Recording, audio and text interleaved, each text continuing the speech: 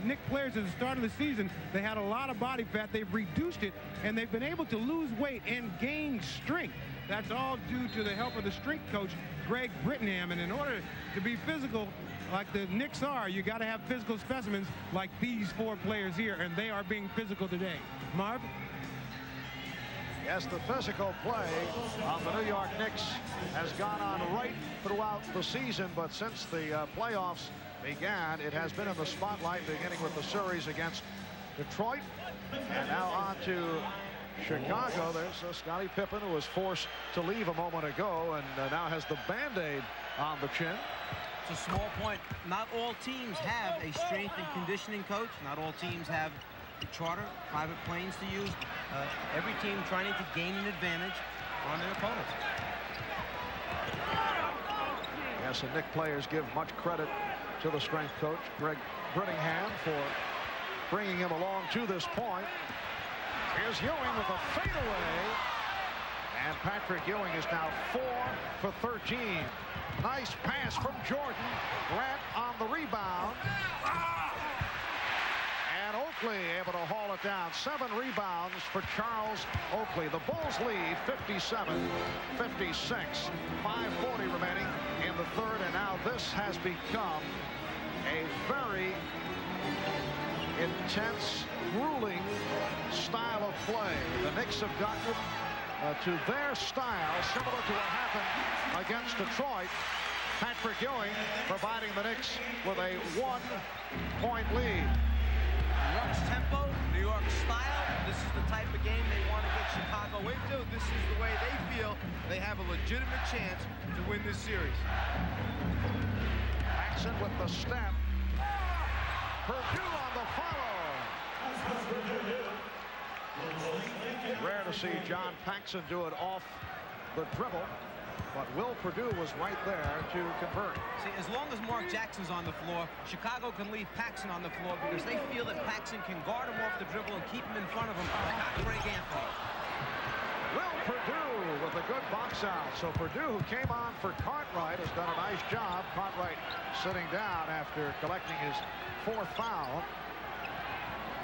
Livingston up front with Grant and Purdue. Paxson and Jordan in the backcourt. Here's Livingston.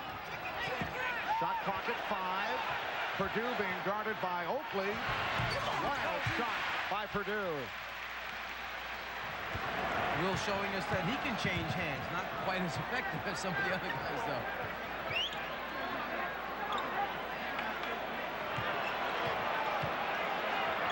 Jackson open off the double team on Wilkins. He tried to deliver to Oakley, and the ball goes back to Chicago. Now Scottie Pippen returns, replacing Cliff Livingston. Mark Jackson has to take that little 10-footer once he gets in the lane. He did a great job of breaking down the Chicago defense. Now there he is in front of the rim. Make that shot, make them eventually step up to stop him, then he can drop it off. The Bulls at 1 point hit only 2 of 13 from the field. They hit a cold spell, a 17-8 run by the Knicks, propelling New York to the lead, but now Chicago leads by 3 as Michael Jordan is able to hit on the slam for 22 points. Jordan is 9 for 15 from the floor.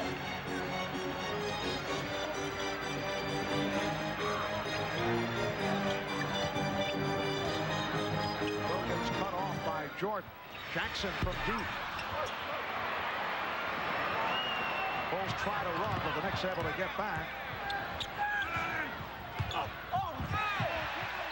And Paxson's pass off the mark, so it will be Nick Ball.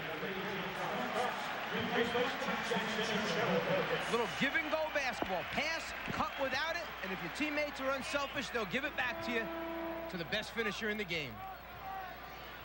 John Starks and Greg Anthony have replaced Mark Jackson and Gerald Wilkins. Scott Williams getting set to check in for the Bulls. Anthony played by Paxson. Anthony Mason has also come on. So Patrick Ewing sitting down. Charles Oakley moves over to the center position. Starks for 3.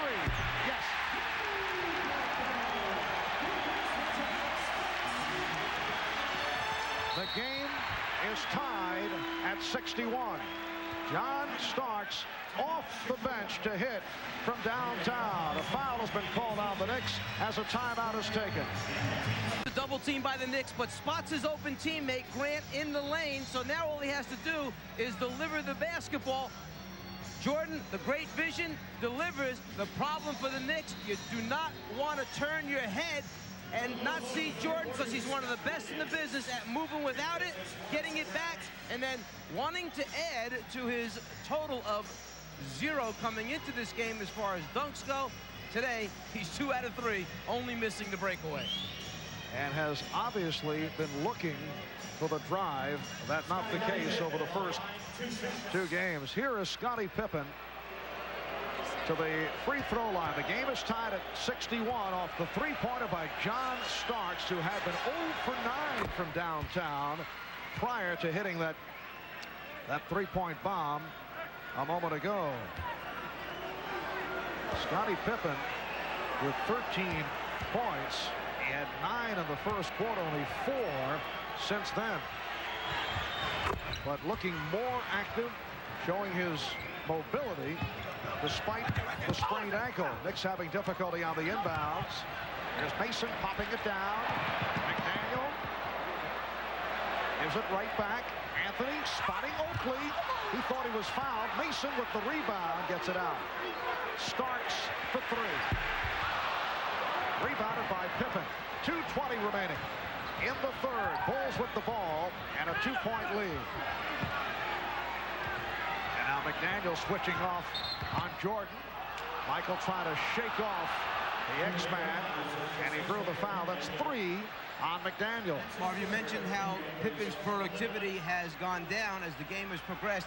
At the end of game 2, with about 4-5 minutes remaining during a timeout, that's when he told Chip Schaefer, the trainer, that it was beginning to tighten up. He was having a real problem with it after playing about 42 minutes on the bad ankle. So perhaps again it's starting to tighten up as the game goes on.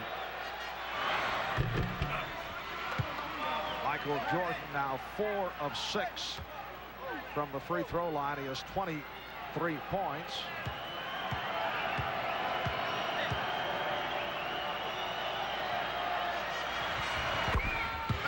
The Bulls 65 and the Knicks 61. Again, pressure on the inbound. Chicago turning it back on.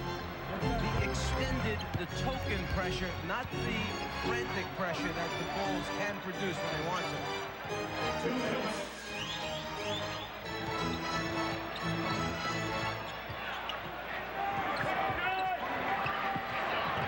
Shot clock at 2. Anthony. Rebounded by Pippen. The Knicks have managed to hang in despite the fact they have not received the productivity out of Patrick Ewing. Only 5 for 14, 12 points. Jordan with the spin. Oh, what a move by Michael Jordan. The Bulls now lead 67-61. So what happens in a situation like this, you send Michael Jordan down low, you put the ball in Scottie Pippen's hand, who acts like a point guard out in front, who directs the traffic and then makes the feed pass.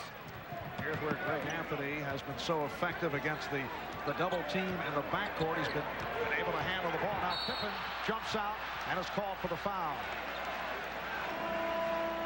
During the course of the regular season, Scottie Pippen led this team in assists with 572, and when he can find Michael Jordan down low, there aren't many 2 guards that can stop Michael in that painted area.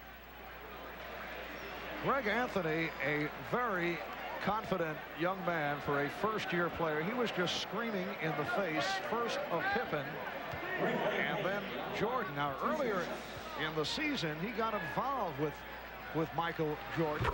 Jordan did not care for the manner in which he was fouled by Anthony, and they went at each other. Well, sometimes when you win a national championship at the collegiate level and you come in with a lot of confidence, you're oblivious to everything that's going on around you. Yesterday, as we sat and talked with him, he was telling us about this young, relatively inexperienced Chicago Bulls team that they were going up against. Relatively inexperienced.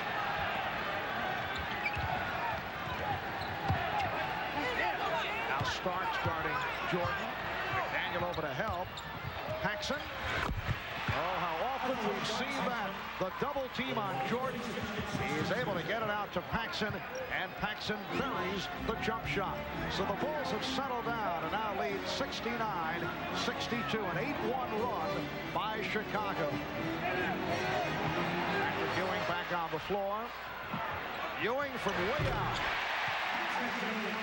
Bulls lead by 5. And that was not an easy one. Chicago did not concede that jumper. They went out, tried to get out to him quickly and discourage his face-up, take a look at the basket, but Ewing got it off. He was hitting the face-up jump shots in the second half on Tuesday night, and that is what propelled the Knicks to the victory. Jordan, Bulls 71, and the Knicks 64. Michael Jordan with 29. He scored 10 points here in the third. 10 seconds remaining in the quarter. Starks, who was looking for a three, changed his mind. Jordan from half court. After three, here at Madison Square Garden, the Chicago Bulls, sparked by Michael Jordan, lead the New York Knicks by the score of 71-64. We'll be back after these words from your local station.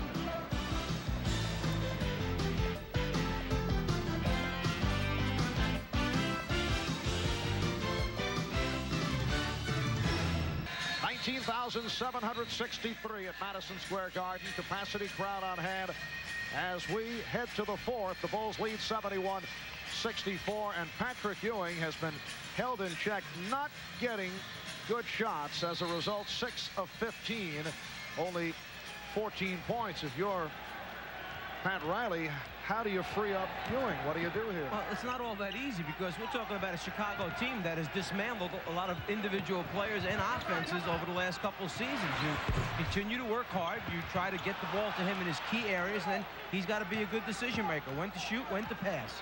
B.J. Armstrong back on the floor, replacing John Paxson. B.J., one of the Bulls standouts on Thursday. Pippen able to hit. Scottie Pippen with 16, and the Bulls lead 73-64. Jackson and Starks at the guards. Ewing, Mason, and McDaniel up front. Bulls at one point of the first half led by as many as 13. The Knicks were able to come from behind. They had a lead briefly. Patrick Ewing once again doing it with jump shots. He now has 16 points. The Bulls 73 and the Knicks 66. Purdue lost it.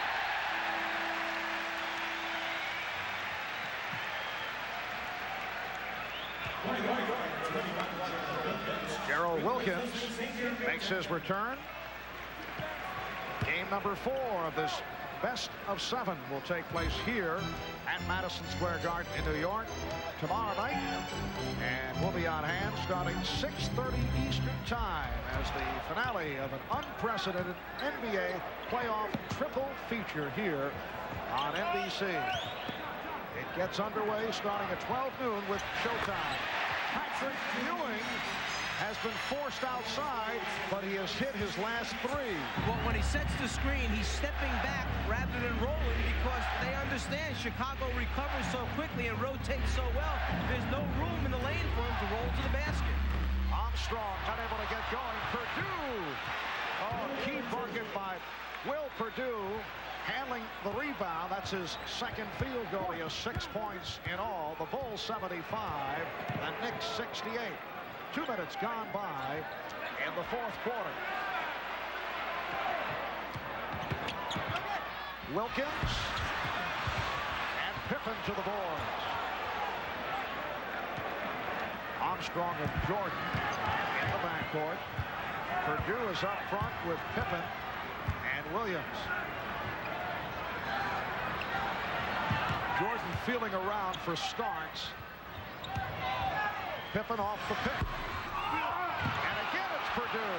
That's his 7th rebound.